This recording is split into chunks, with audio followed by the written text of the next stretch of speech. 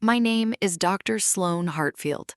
I am 37 years old, and for 5 years, my parents believed I was the shame of our family, not because I failed, not because I quit, because my older sister, Brielle, needed them to believe I had.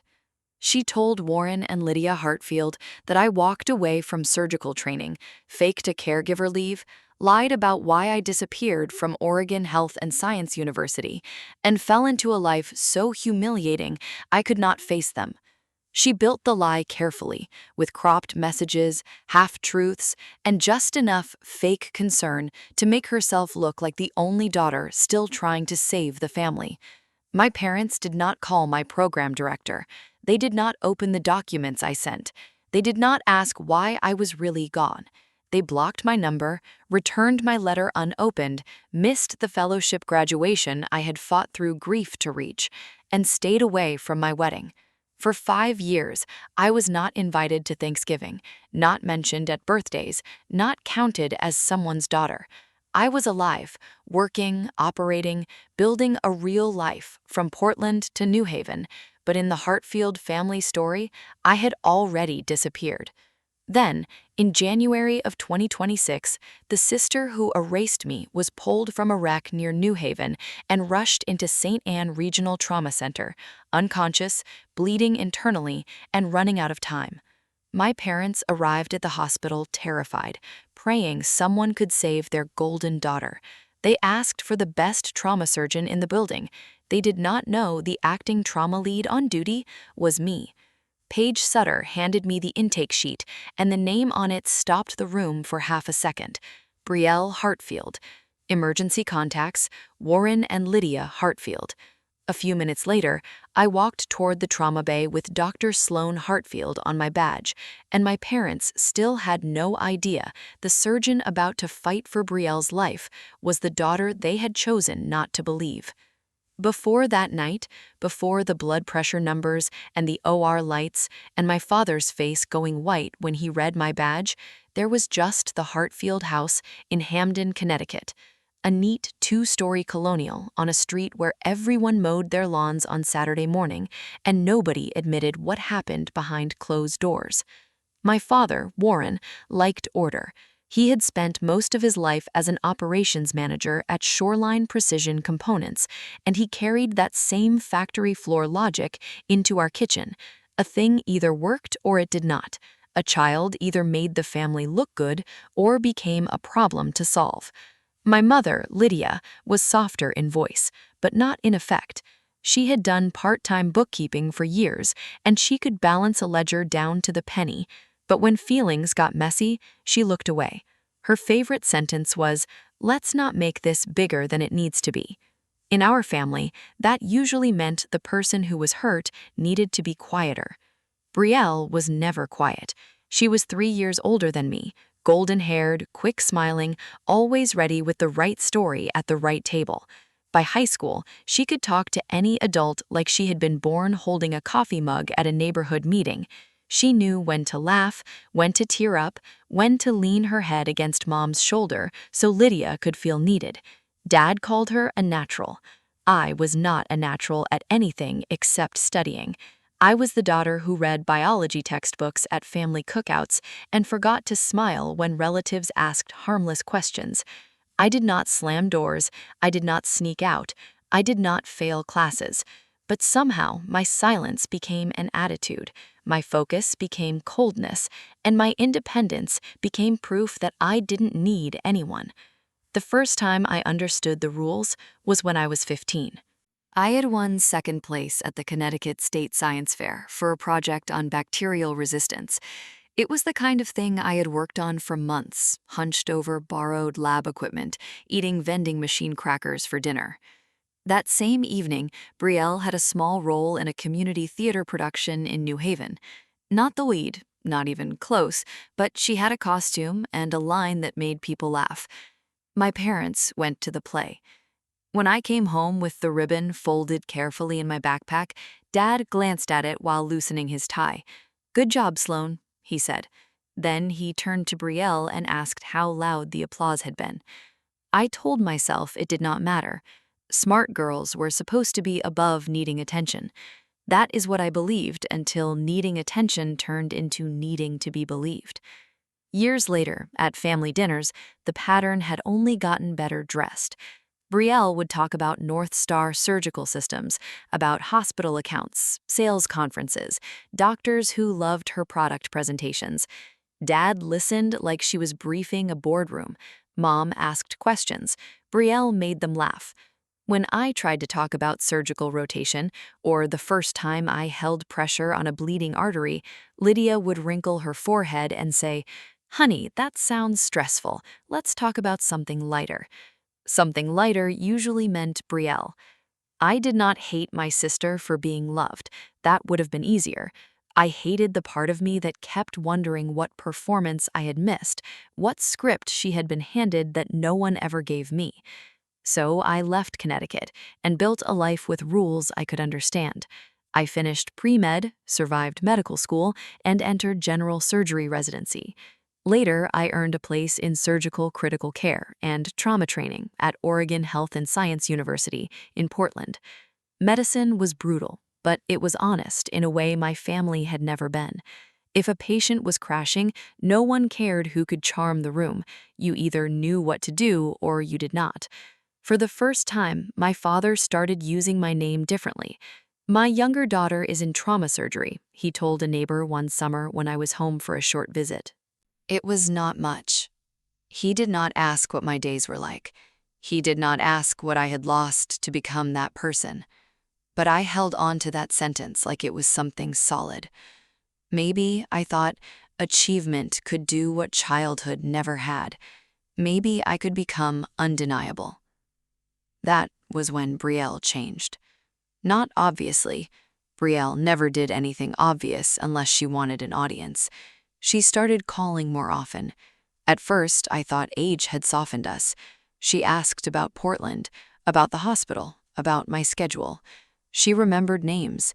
She asked about Dr. Graham Velasquez, my program director, and whether he was as intimidating as he sounded. She asked about my closest friend, Noelle Price, the one person in Oregon who knew how homesick I could get and still made me laugh in the supply closet at 2 in the morning.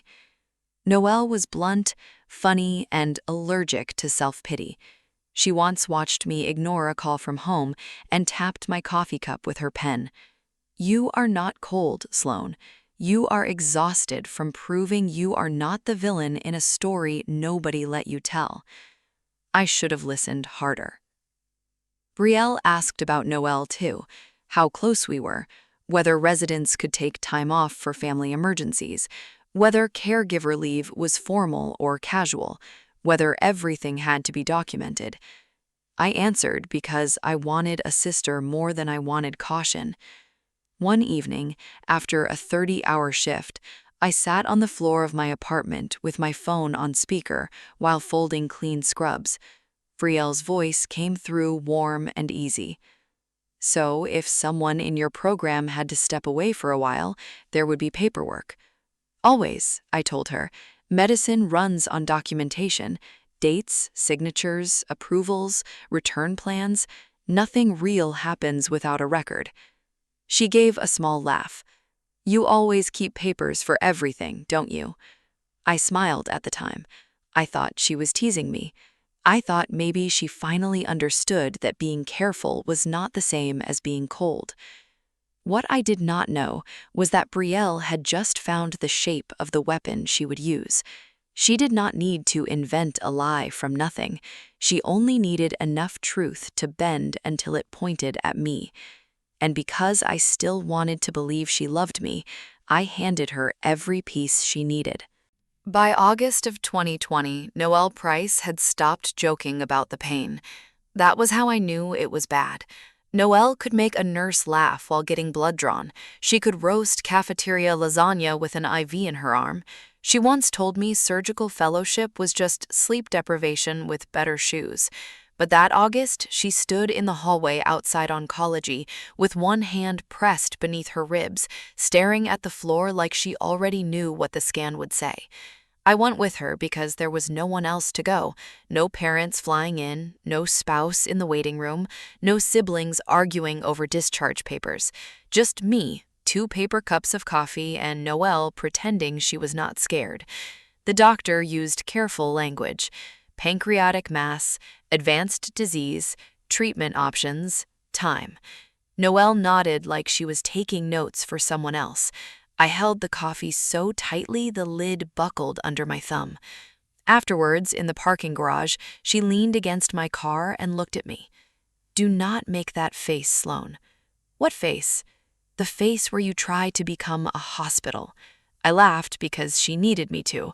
Then she closed her eyes, and I knew I would do whatever had to be done. For a while, I tried to do everything at once. I took call, assisted in long cases, slept in 20-minute pieces, and drove Noelle to appointments before sunrise. I kept protein shakes in my locker and anti-nausea crackers in my glove compartment. By October, my hands shook when I tied surgical knots. One morning, Dr. Graham Velasquez watched me miss a simple suture in simulation and told me to step into his office. He did not scold me. That was worse. "Tell me what is happening." I sat across from him and stared at the framed diplomas behind his desk. "Noelle is sick." "How sick?" I swallowed. "Stage 4. Dr. Velasquez folded his hands. "Does she have family here?" "No." "Do you?" I almost said yes. Then I thought of Hamden, of Warren's guarded pride and Lydia's careful peace, and the word would not come out. "Not really." He was quiet for a moment. Then he opened a drawer and pulled out a form. "This is not quitting, Sloane. This is caregiver leave. We document the start date, expected return date, and reason. Your position remains protected. Your record remains clean. You come back when the approved leave ends." I stared at the paper. "You are not failing the program," he added. "You are being human." The leave was official, signed, dated, filed through the proper channels at Oregon Health and Science University. It had Dr. Velasquez's signature, my return plan, and language so clear no reasonable person could misunderstand. Reasonable person. That part mattered later. I called Brielle that night from the hospital courtyard when Noelle slept upstairs. Portland rain dotted the sleeves of my sweatshirt. I remember feeling grateful before she even answered. "Oh, Sloane," she murmured after I told her. "That is awful. You are doing the right thing." I let myself breathe. "Do Mom and Dad know?" "Not yet. I don't want them to panic." "No, of course." Brielle's voice softened. "Let me handle that part if it comes up. They worry, and Dad gets dramatic. For now, just focus on Noelle. I won't say anything." "Thank you, Brielle." I meant it. 3 days later, my father called at 11:18 at night. I was sitting beside Noelle's bed, watching fluid drip through a clear line, when my phone lit up with Warren Hartfield. I stepped into the hallway. "Dad, everything okay?" "Do not start with that." His voice was flat, not angry yet, worse, decided. "Brielle told us." My stomach dropped. "Told you what?" "Everything. The program, the lies, the man you're mixed up with, the fake leave." For a second, I could only hear the hum of the vending machine down the hall. "That's not true. Dad, I have an approved caregiver leave. Noelle is dying. Dr. Velasquez signed the paperwork. I can send it right now." "Brielle said you'd say that." "Of course she did." The words came out sharper than I meant them to. Her breath hardened through the phone. "Don't blame your sister because you're embarrassed." Mom came on the line. She was crying, but not the way a mother cries when her child is in pain. It sounded like humiliation. "Why didn't you just tell us you couldn't handle it, Sloane?" I pressed my palm against the wall. "Mom, please listen to me. I did not leave the program. I'm taking care of Noelle. You can call my program director." We saw the messages. "What messages?" "The ones Brielle showed us. The email, the picture. Honey, why would she make that up?" "Because she knows you'll believe her." Silence. Then my father again, colder now. "Do not call this house until you're ready to tell the truth." The line went dead. I stood in the hallway with my phone still against my ear. Behind me, Noelle's monitor beeped steadily, like the world had just shifted under my feet. Over the next 5 days, I tried everything a reasonable daughter could try. 14 calls, 2 emails. I attached the caregiver leave approval, Dr. Velasquez's direct office number, Noelle's treatment information, everything except my own pulse. By the 4th call, Dad had blocked me. Mom blocked me 2 days later. I wrote a letter by hand because some foolish part of me thought paper might feel harder to ignore. I mailed it priority to the house in Hamden. It came back unopened. Lydia's handwriting was on the front. That was the moment something in me went quiet. Aunt Maris called that same evening. Her voice was tight in the way it got when she was trying not to swear. "I talked to your father." "And?" "He told me to stay out of it." I sat on the floor outside Noelle's bedroom because my legs did not want to hold me. "I sent them the documents." "I know, sweetheart. Send them to me too." "Why?" "Because someone in this family needs to keep the truth where it cannot be thrown away." So I sent everything to Aunt Maris, the emails, the leave approval, the returned envelope. Later, her daughter Maya helped her save copies in a folder. I did not know then how important that folder would become. Brielle was not finished.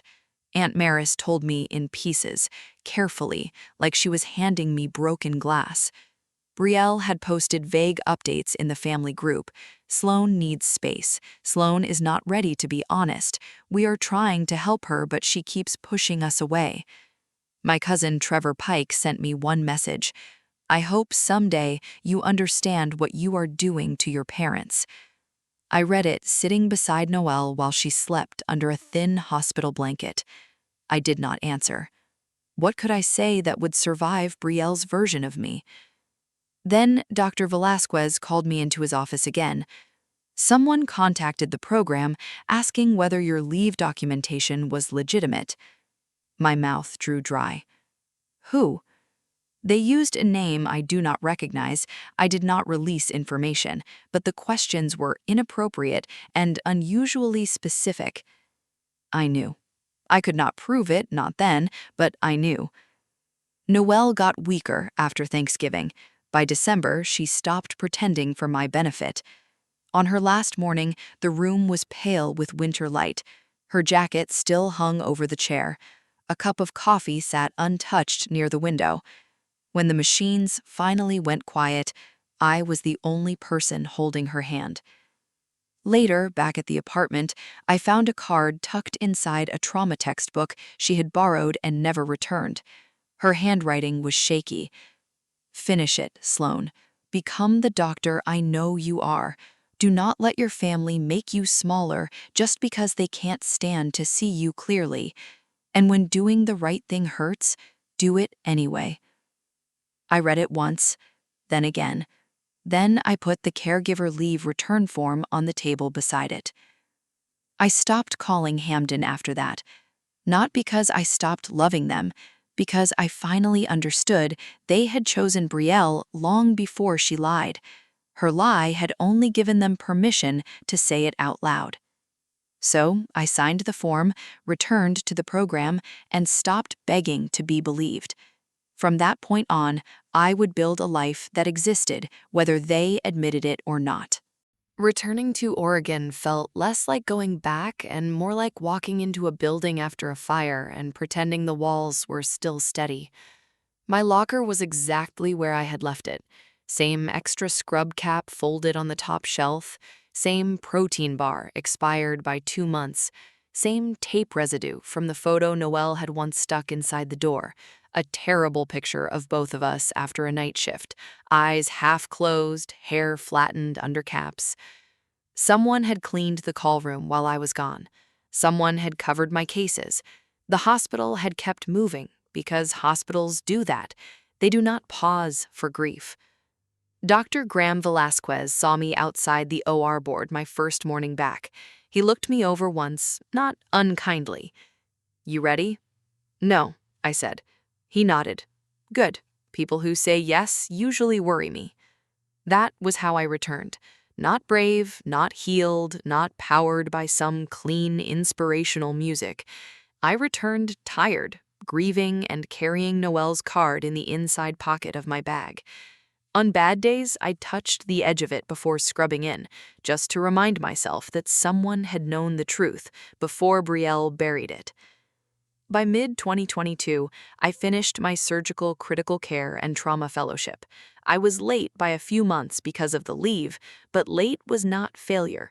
I had learned the hard way. My certificate came in a plain envelope, and for one full minute, I stood in my apartment holding it, waiting for the old reflex to rise, the one that wanted to take a picture, send it to Hamden, and say, "See, I told you." Instead, I sent it to Aunt Maris. Her reply came almost immediately. "I am so proud of you, sweetheart." Then a second message. "Maya is making me print this twice, one for my fridge and one for the file." The file had become Aunt Maris's quiet rebellion. She saved everything. The emails I had sent my parents, the leave approval, the returned envelope, screenshots of messages Brielle sent her, always soft, always wounded, always warning her not to confuse Warren and Lydia with details they were not ready to hear. Maya helped organize it all into folders with dates. She was a school counselor, and once, during a visit, she looked at me over a mug of tea and said something I never forgot. "Your family keeps calling this drama because drama sounds optional. Patterns are not optional." While I was finishing fellowship, Brielle was keeping her version of me alive back in Connecticut. Aunt Maris told me in pieces because she knew too much at once would feel like drowning. At Thanksgiving, Brielle said I still wasn't stable enough for family contact. At Christmas, she claimed she had sent a gift and I refused it. At Lottie Hartfield's 90th birthday, she told our grandmother that I didn't call because hearing family voices upset me. Every lie had the same shape. Brielle was loyal. Brielle was patient. Brielle was the daughter who stayed. I was the wound nobody was allowed to touch. She did not need to erase me. She only needed everyone to believe I had erased myself. At the end of 2022, I accepted a position as an attending trauma surgeon at St. Anne Regional Trauma Center in New Haven. People assumed returning to Connecticut meant I wanted to go home. That was not it. I wanted the job. I wanted the level 1 trauma volume, the teaching service, the chance to build a life near Aunt Maris. And maybe, in some stubborn corner of myself, I refused to let Brielle's lie exile me from an entire state. St. Anne was loud, overworked, and alive. The first person there who truly saw me was Dr. Naomi Keene. She was 61, sharp-eyed, with silver hair she pinned back so tightly it looked like a warning. She had been a trauma surgeon long enough to recognize the difference between calm and numb. After my 3rd week, she caught me washing my hands too long after a difficult case. "You keep your face still," she said. "Occupational habit." "No, survival habit." I turned off the faucet. She handed me a paper towel. "Whatever you carried in here, do not let it hold the scalpel. Patients do not get to pay for old wounds." I wanted to resent her for seeing that much. Instead, I listened. Naomi was not warm in the usual way, but she was fair. Fairness felt like warmth to me. I met Caleb Rourke the following spring at a legal aid clinic attached to a community health event. I was there because St. Anne needed physicians to review patient access forms. He was there because he handled civil litigation and volunteered one Saturday a month for people who could not afford to be intimidated by paperwork. He had calm eyes, rolled-up sleeves, and a way of listening that didn't feel like waiting for his turn. When I finally told him about Brielle months later, he didn't say what people usually said. He didn't tell me family was complicated. He didn't ask whether I had tried harder. He set his coffee down and asked, "What part of your life do you want protected first?" I did not know how to answer. "Your peace," he said, "your reputation, your career. We can start anywhere." I told him I didn't want to sue my sister. "I'm not asking you to, but if a lie starts touching your credentials, that's not just family gossip anymore." The word credentials made the room go cold. 2 weeks later, with my permission, Caleb reviewed what I had been afraid to look at, a saved voicemail and an email Dr. Velasquez had forwarded to me, both tied to a complete style inquiry from someone using a name no one recognized. The message asked whether my 2020 caregiver leave had been fabricated and whether I had a history of ethical concerns. Caleb read it twice at our kitchen table. "This is specific." It was her. "We can't prove it yet." I wrapped my hands around my mug. She never stopped. "No," Caleb said gently. "She built a structure and kept repairing it." Dr. Velasquez confirmed in writing that my leave had been legitimate, documented, and approved. The inquiry went nowhere. My position at St. Anne was safe. But something inside me changed. Brielle had not panicked and lied once. She had maintained the lie like it was load-bearing. Caleb and I married in a small ceremony in Connecticut. Aunt Maris cried through most of it. Maya fixed my hair after the wind ruined it. Dr. Naomi stood near the back with her arms crossed, pretending she did not have tears in her eyes. I sent an invitation to Warren and Lydia. It came back unopened. Lydia's handwriting again. I did not cry during the ceremony. I had already done that in the car the night before, with Caleb holding my hand over the center console and saying nothing because nothing was kinder than the wrong comfort. Aunt Maris took the returned envelope from me after the wedding. "For the file," she said softly.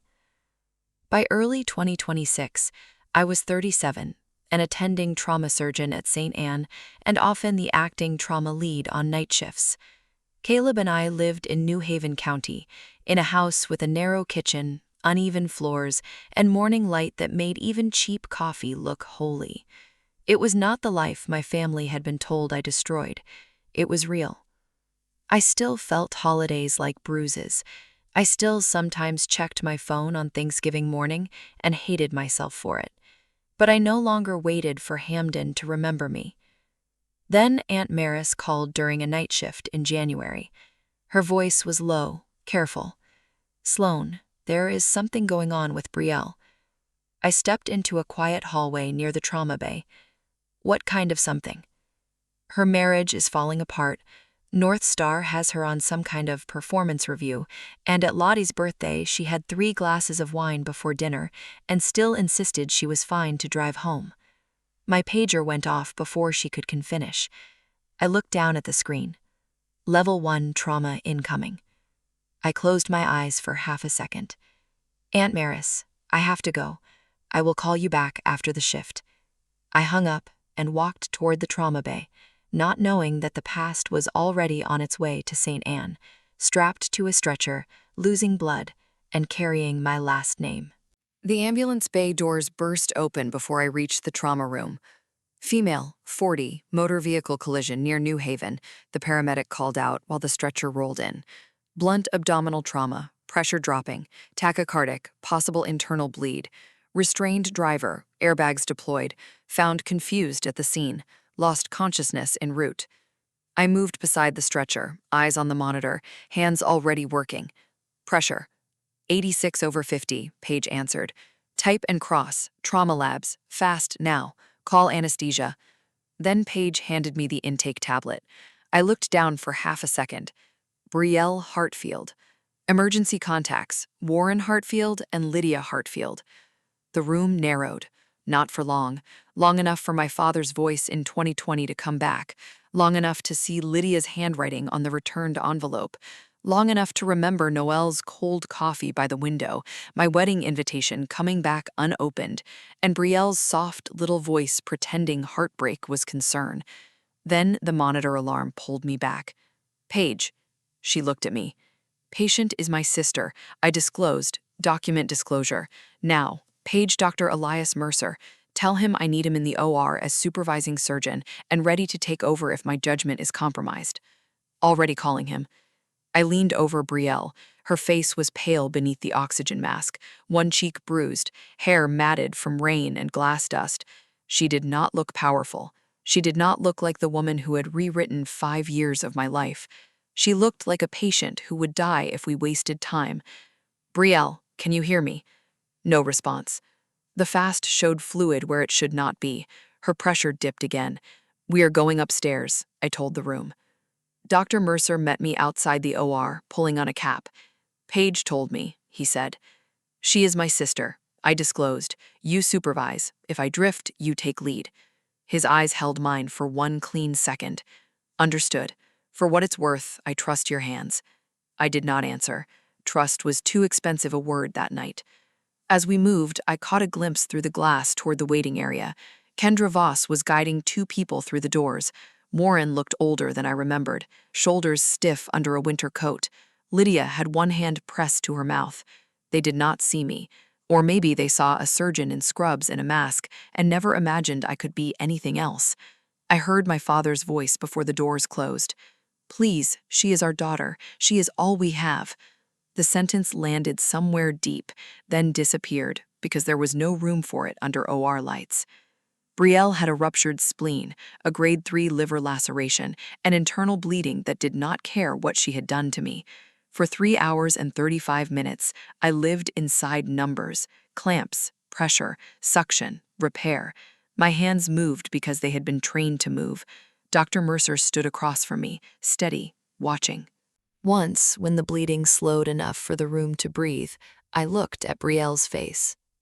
For one beat, she was 15 again, standing in our kitchen, soaking up Dad's praise while I held a science fair ribbon nobody wanted to ask about. My hand paused. Dr. Naomi Keene's voice came back to me from a sink at St. Anne. "Do not let old wounds hold the scalpel." Then Noelle's card, folded soft from being carried too long. "Do the right thing when it hurts." I looked away from Brielle's face and back to the field. She is a patient, I told myself. Not forgiven, not excused, a patient. At the end, her pressure stabilized, her color improved. The room loosened around us.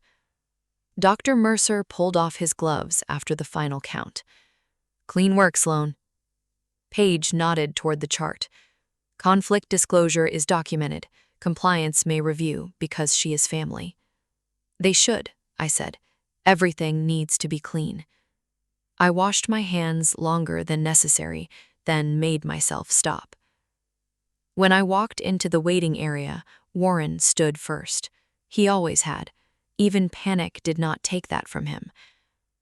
"Doctor, how is my daughter?" His eyes dropped to my badge. "Dr. Sloane Hartfield, trauma surgery." He blinked, looked at my face, back to the badge.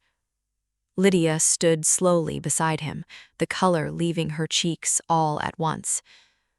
No one spoke for several seconds. "Mr. and Mrs. Hartfield, your daughter is stable. Surgery was successful. She is being transferred to the ICU." Lydia made a small, broken sound and stepped toward me, arms lifting. "Sloane."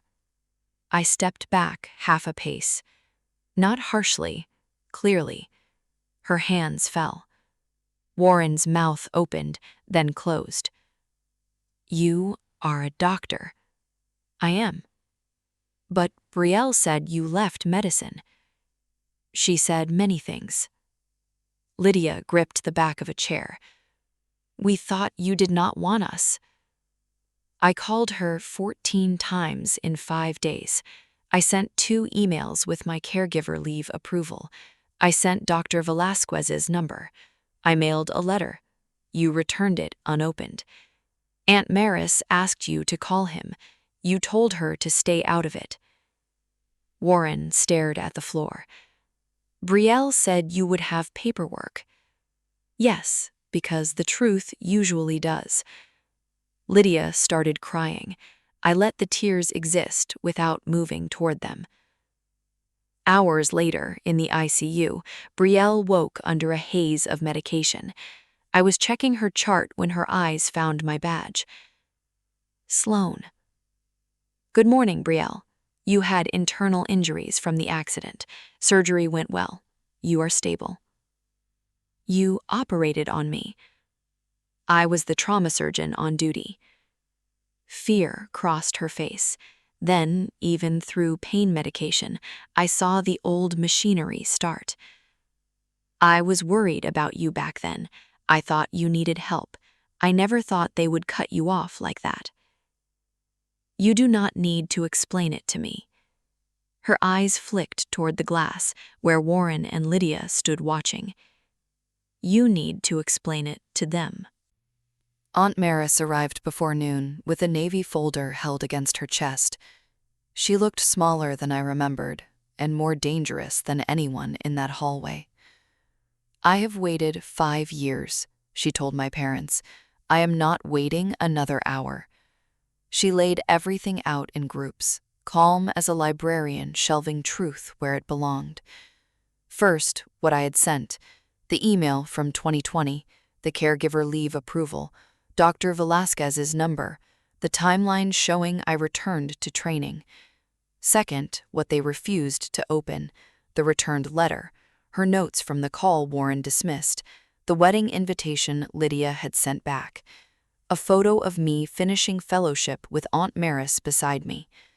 Third, what Brielle had hidden, her messages telling Aunt Maris not to confuse Mom and Dad with updates about me, screenshots of the family's stories changing from month to month, the inquiry about my leave that never should have been sent. Lydia read my old email with both hands shaking. Warren looked at Dr. Velasquez's number like it might accuse him out loud. Brielle tried once. Aunt Maris, you do not understand everything. Aunt Maris turned the phone so everyone could see Brielle's own message. Do not tell them Sloane is back in training. They are finally at peace. The ICU went quiet, except for the monitor. Brielle looked at me, and something ugly and honest slipped out. I did not think you would actually become this important. There it was. Not concern, not fear, position. Aunt Maris closed the folder. Brielle lied, but you two gave that lie a home. I looked at my parents, then at my sister in the bed I had kept her alive on. Today, Brielle is my patient. This room is not a stage for this family. When she is medically stable, every lie gets corrected in writing. If this continues, Caleb will handle it through proper legal channels. No one argued. I walked out before anyone could ask me for forgiveness they had not earned. The truth was finally in the room. What came next would depend on who had the courage to take responsibility for it. The hospital did what hospitals are supposed to do when personal history gets too close to a chart. Rebecca Stone from Compliance opened an internal review the next morning. I sat across from her in a small conference room with coffee that tasted like cardboard. Elias Mercer was there. Paige Sutter was there. The record was clean. I had disclosed that Brielle was my sister before surgery. Elias had supervised. Paige had documented it. Brielle had been unstable, losing pressure, and there had been no safer delay. Rebecca closed the file in front of her. You followed protocol, Dr. Hartfield. I nodded once, but I did not feel victorious. I felt tired. Protocol had protected my license. It could not protect the part of me that had heard my father say Brielle was all they had. A few weeks after Brielle was discharged, I met her at a coffee shop in Middletown. Caleb sat 2 tables away with a legal pad he barely looked at. He was not there to speak for me. He was there so I would not have to walk into another family ambush alone. Brielle looked thinner. Her coat hung loosely at her shoulders, and she moved carefully, one hand resting near the healing incision under her sweater. For the first time in my life, my sister did not look like she had rehearsed her entrance. She wrapped both hands around a paper cup. I was jealous, she said. I know that sounds pathetic. It sounds incomplete. Her eyes lifted. You made me feel small. I leaned back. No, Brielle, my existence made you feel small. That is not the same thing. She looked away. I did not think Mom and Dad would cut you off like that. You knew they would believe you. She did not answer. You knew my leave was real. You knew Noelle was dying. You knew I did not quit. You still gave them a story that made me look like a liar. Then you kept it alive for 5 years. Brielle's mouth trembled, but I was done mistaking tears for truth. Here is what happens now. You will send a written confession to the family group, everyone you lied to. You will say, I did not leave medicine. You will say my caregiver leave was approved. You will say the stories about addiction, homelessness, and instability were false. You will say I tried to contact my parents, and they refused to hear me. She swallowed. Everyone? Everyone. Caleb looked up from his table, then back down. A copy goes to Caleb. If one more lie about my career or my character circulates after that, we handle it formally. Brielle nodded. For once, she did not argue. The email went out 2 nights later to 46 relatives. Aunt Maris forwarded me the thread only after asking if I wanted to see it. I did not read every response. I did not need to. Trevor Pike replied with one sentence that stayed with me. So we spent 5 years hating the wrong person. Some people said nothing. Silence can be shame in formal clothes. One cousin called Aunt Maris crying because she had repeated Brielle's story at a Christmas dinner. Lottie Hartfield called me herself, her 91-year-old voice thin and furious. I stopped asking about you because Brielle told me it hurt your parents. There is nothing to forgive, Nana Lottie. Yes, there is, she answered. I should have asked anyway. Brielle was not thrown out of the family. That would have been too simple and too dramatic. What happened was quieter. People stopped letting her control the updates. Warren and Lydia stopped asking her to explain things for everyone. A cousin who always let Brielle organize holiday plans moved the thread without her. Nobody announced that she had lost her place. They just stopped handing it to her. For Brielle, that was punishment enough. Warren and Lydia wanted to see me immediately. I did not let them. Caleb helped me write a short message, not legal, just clear. They were not to come to my house without being invited. They were not to use family is family as a key. They were not to blame everything on Brielle and call themselves victims. If they wanted any chance of being in my life, they needed therapy first. They went to a therapist in West Hartford. Aunt Maris told me Warren hated the first session so much he sat in the car for 12 minutes afterward without starting the engine. But he went back. Lydia went back too. Eventually, they stopped saying Brielle lied to us and started saying what they had done. Warren left me a voicemail after the 3rd session. I had Dr. Velasquez's number. I chose not to call it. I saved the message. I did not call back that day. A week later, a letter arrived from Lydia. Handwritten, no perfume, no decoration, no attempt to make the envelope pretty. I opened it at the kitchen table while Caleb washed dishes quietly behind me. She wrote that she was sorry for returning my letter, sorry for believing Brielle's tears over my paperwork, sorry for teaching me that being easy to ignore was the price of keeping peace. She wrote that she did not expect a response. That mattered. I placed her letter in the drawer where I kept Noelle's card, the returned wedding invitation, a copy of Brielle's confession, and the photo of Aunt Maris standing beside me at fellowship graduation. I did not throw the past away, I just stopped letting it sit in the middle of the room. Brielle started therapy too. She told me that during a short call. I'm trying, Sloane. Then show me over time. Words are cheap in this family. I know. No, I said. You are learning. In late March 2026, St. Anne held a small recognition dinner for the trauma department.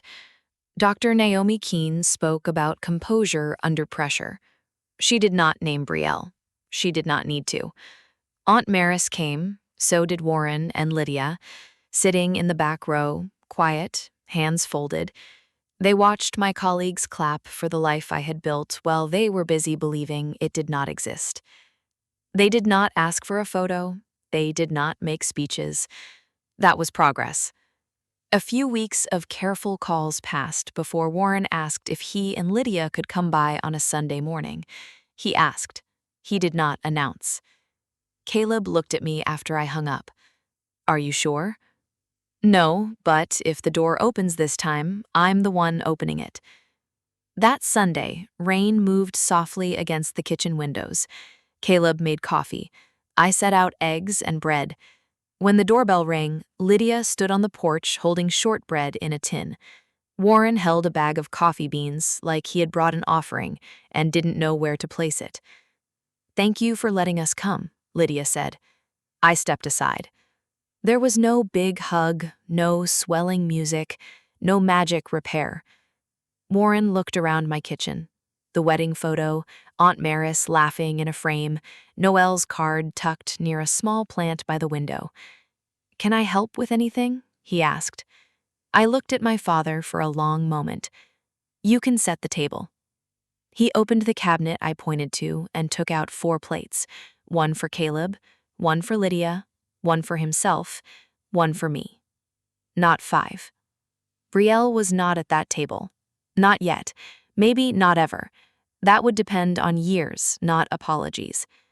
4 plates did not fix 5 years. They did not give me back the mother who should have opened my letter, or the father who should have made one phone call. They did not make Brielle safe, but they were real, and real was more than I had been given for a long time. I am no longer the daughter who calls 14 times begging to be believed. I am not standing outside the old house in Hamden waiting for someone to unlock the door.